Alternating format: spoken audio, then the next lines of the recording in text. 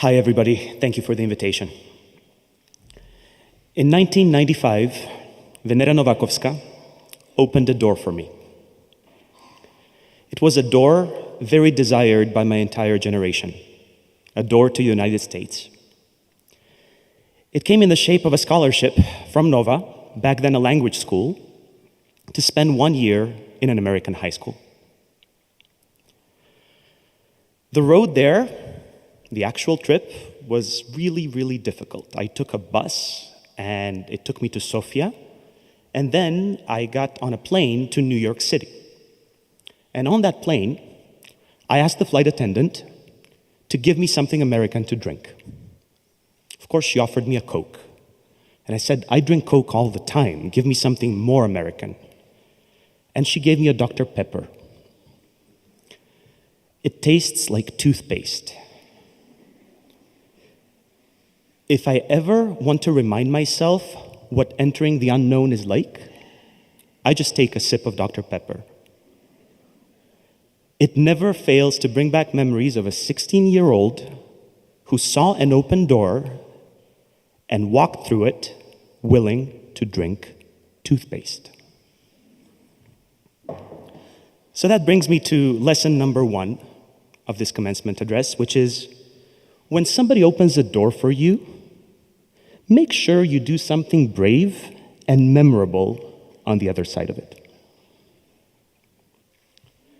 For me, on the other side was Ukiah, a small town in Northern California. And there, the Simpsons, not the cartoon characters, the actual family, Jeff and Marilyn, opened their own door to me. I have walked through that door hundreds, maybe thousands of times. And Jeff and Marilyn never fail to take me out of my comfort zone, to teach me something new. It is there where I first saw the internet 27 years ago, cooked my first meal, took a dog on a walk, played the piano. It is from that home, just a few months ago, that Jeff, my host father, started giving Sophie, my daughter, piano lessons over Zoom, in French, so they can both learn something from each other. And that brings me to the second lesson, which is, when somebody opens a door for you, you better learn something new on the other side. It was at Ukiah that I learned about Stanford University. My host mom, Marilyn, told me about it. I knew nothing about it. It wasn't very popular in Macedonia back then. And she said, you should apply. I said, okay, I'll apply after I take the SATs and the APs, and I get the Ukiah High School diploma, and then I return to Macedonia, and I get another diploma from Korchagin, and eventually maybe I'll get to Stanford. So I returned here. And people were shocked that I chose to return instead of staying in the States. I thought it increased my chances. After a year, Stanford opened its doors to me. And it gave me a full ride. I came there, and I spent the next 12 years getting my bachelor, my master's, and my PhD in electrical engineering, studying magnetic resonance. So since then, 3 countries on 3 different continents have opened their doors to me. 3 universities have taken a chance on me. And currently, the École Polytechnique at the University of Montreal is my current permanent academic home. So that brings me to the third lesson, which is, when somebody opens a door for you, make sure you time the entrance well. And then take your time exploring.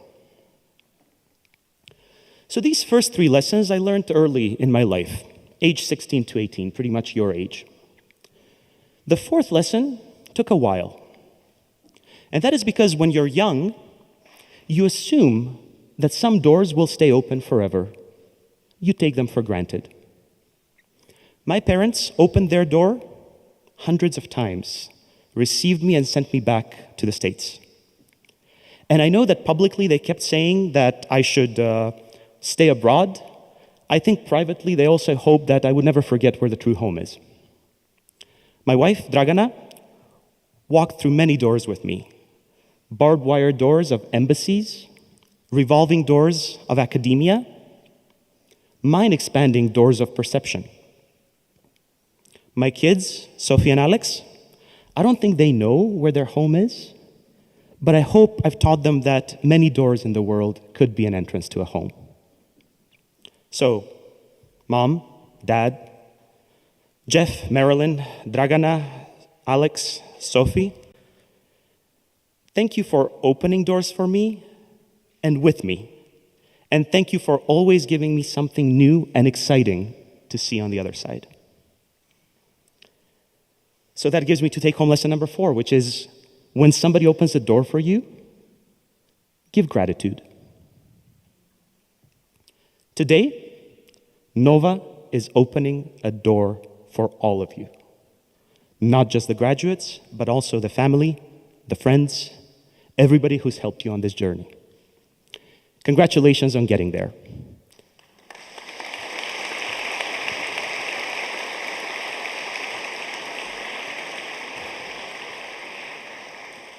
"35 of you will go through the same door that I went through, going to study in the States. 31 will go to study in a European country other than Macedonia. 1 will even venture as far out as Asia. Some of you will leave, and that is okay. Some of you will stay here, and that is okay too. Do not obsess over that decision. You know those lyrics, how you should never throw away your shot, or opportunity comes once in a lifetime? They sound great, but I wouldn't take them at face value. I feel that doors are always opening. You just need to keep an eye out for them. In 2020, I returned to Macedonia to spend 6 months at the university at the Faculty of Computer Engineering, Finki. And then the world shut down, and that physical door closed. But other virtual doors opened.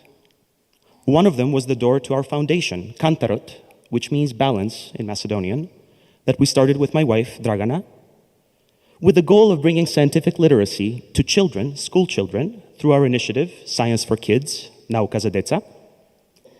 And then there is also the Siesta mailing list of about 300 Macedonian researchers from Macedonia, who work abroad, many of whom will get affiliated with the newly formed Center for Advanced Interdisciplinary Research at the University St. Cyril and Methodius.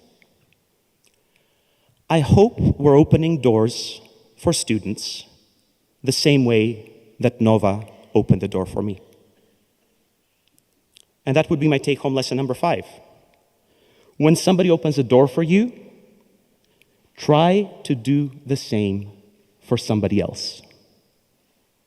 Because when somebody opens a door for you, and then you open another door for somebody else, you create something very powerful that most Balkan people are very afraid of.